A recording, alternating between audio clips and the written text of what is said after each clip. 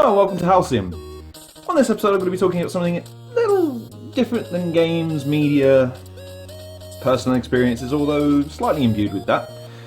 I'm going to be talking about something that's a source of great frustration, great elation, good fun, boredom, indifference, frustration, intolerance, and just a melting pot of all that is bad with social media these days. That's right, I'm going to be talking about POF. My own experiences of POF have ranged from absolutely, utterly amazing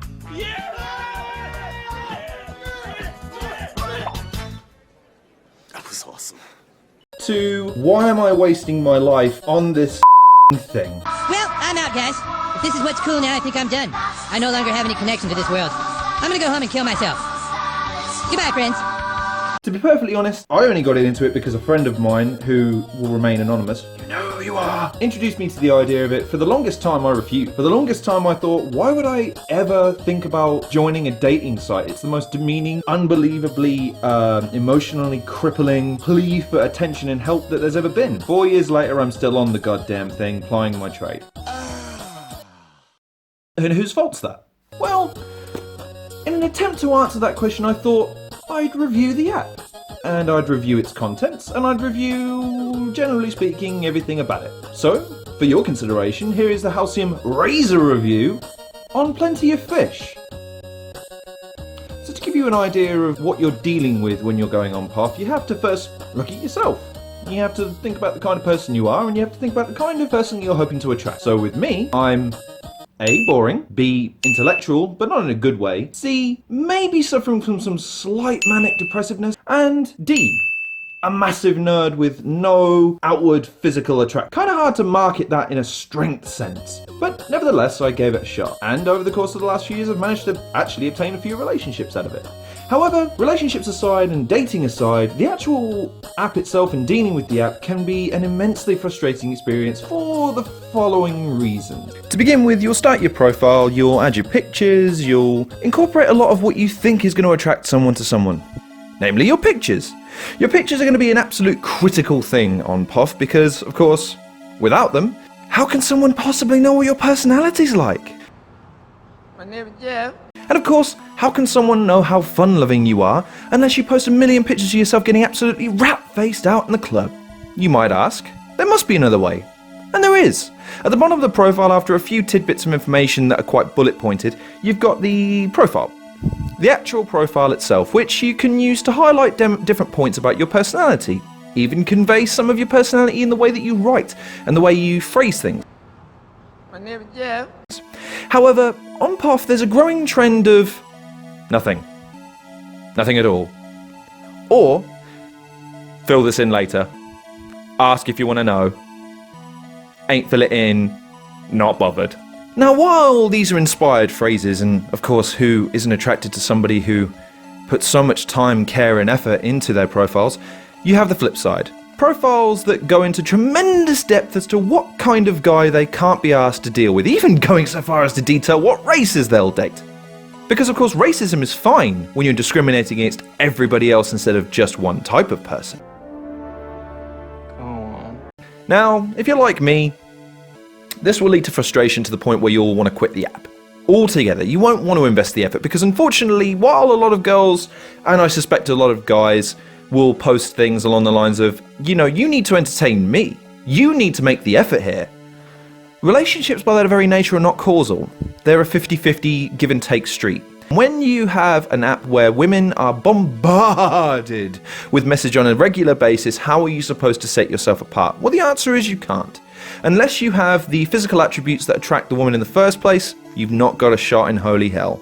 And that's why the frustration will set in and the hypocrisy of the thing in saying that women and guys, I suspect, want a decent person. They want a good, honest, hard-working, similarly minded individual pale into comparison as to what your profile picture looks like. This isn't to say it doesn't have its positives. Of course, it allows you to meet and greet with people that perhaps you would never have had the opportunity to, people outside your area or outside your social circle. I've had dates and relationships with people who I would have never met in real life and would have never had the opportunity to converse with on a regular basis. However, these opportunities are becoming few and far between, which is a shame because I as a person feel quite individualistic. I feel like I don't follow any trends. I certainly don't think I'm the ugliest son of a bitch in the world. a close second, but still, I was always led to believe looks weren't everything. The app itself is fairly functional, albeit with the frustrating messaging service inhibiting your ability to be able to send longer messages. The favourite option is something that has eluded me for the longest time. I have no idea what purpose that serves apart from potentially saying to someone, I like you, but I'm not prepared to message you first. You message me first, and we'll see what goes from there. The Meet Me function is just a facility for guys to be able to sit there and click the tick button until someone answers. And unfortunately, a lot of guys have now caught on to the idea of just sending copy and paste messages with maybe interspersing their name into there or another word or two to make it look at least half original. The situation will only worsen as time goes on, to the point where it's no longer even a way of socially meeting anymore, at least on a regular basis with people who you think might actually share a common consensus with you, which is a shame because I remember in my early days of Puff having a fair few dates where people who were my speed may not have been attracted to them, but were my speed nevertheless. These days, far less so. It seems like people are looking for something straight off the bat, and that's a shame because the lost art of building a relationship from scratch seems to be wearing very, very thin in today's culture. However, of course, as you start your journey, the early enthusiasm going in will overwhelm you. You'll feel incredibly positive. It'll be something you've never seen before. Oh my god, I can't believe how many people there are. I can't believe how many people are just like me or how attractive they are. Oh, amazing. This will turn into early promise. So you'll be getting a few messages, maybe even a few conversations. Of course, some of them will fizzle out. That's just the way it goes. It's fine. Not everyone's going to like you. However, this will turn later on into a diminishing return. Less and less able to hold a conversation, less and less able to connect with you on a human level, less and less sharing your likes, wants and concerns.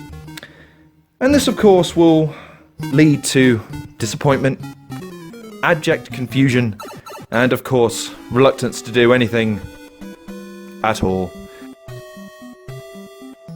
The way I'd say it compares to something like Tinder is at least you've got the opportunity to put your profile across. You can imbue it with some of your personality, and some of the pictures can convey a sense of fun or a sense of down-to-earthness or whatever the case may be, or you can plaster it with selfies until someone might get the distinct impression that you have less friends in reality than you do on Facebook, let's say. It compares to Tinder in the sense that on Tinder you don't really after just that one thing. There's not a lot of point, but that was original. These days I would argue that POF has turned into Tinder, only with the trimmings of something that tries to pretend that it's something it isn't. For that reason, it disappoints me to this day that I still look to that in order to try and meet somebody as opposed to doing what you used to have to do, which is you had to go out into the world and meet someone with your same interests. Or you had to look to your inner circle and see if there's anyone there that might share your experiences and you can have a bond and you can build things with. Not so much the case anymore. However, I would say that POF does allow you the opportunity to meet people outside of your normal bracket, and that can never be underestimated for its positivity.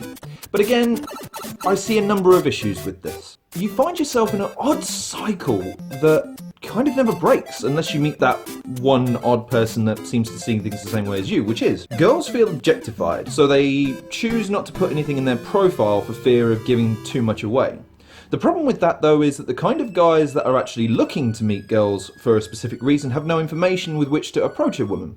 At least try and instigate a decent conversation based on mutual interests and beliefs. Nice. Nice.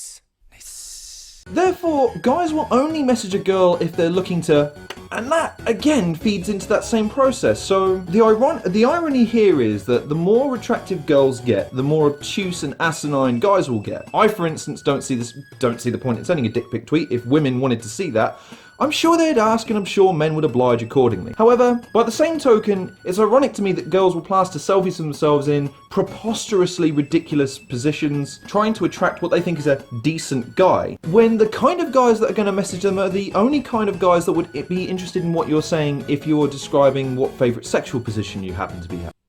Nice. Nice. It's started to become something, or it has become something that I can't relate to, which is, it's Tinder effectively now. There's no more interaction. It's, hey, how are you? You alright? Yeah, cool. Wanna go do something? Yeah, cool. Right, bye.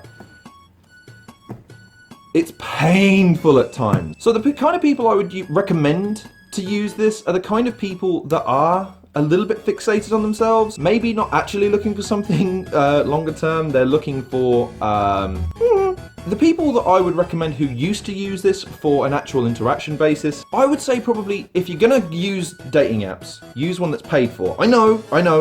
Paying for having something is never a good thing, but think about it.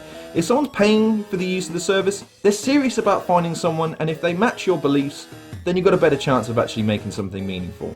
Hope she doesn't rub off on you. Oh, too easy. So in conclusion, try it. If you're single, try it. See what you think. It might not be your thing, but by the same token, you never know. Give it a try. See what I'm probably going to bear with it because, again, I have the social prowess of a rusty nail and all the attractiveness that goes with it. But if you're an actual decent human being who has an active social life, why not look in your social circle rather than throwing it to the recesses of the internet? Who knows? In any event, thank you so much for watching. I've been your host, Lorne. This has been Halcyon Razor Review. Please like, share, and subscribe. Stay tuned for the next episode, which is going to be something more orthodox than what I've been doing today. Stay tuned, and I'll see you next time.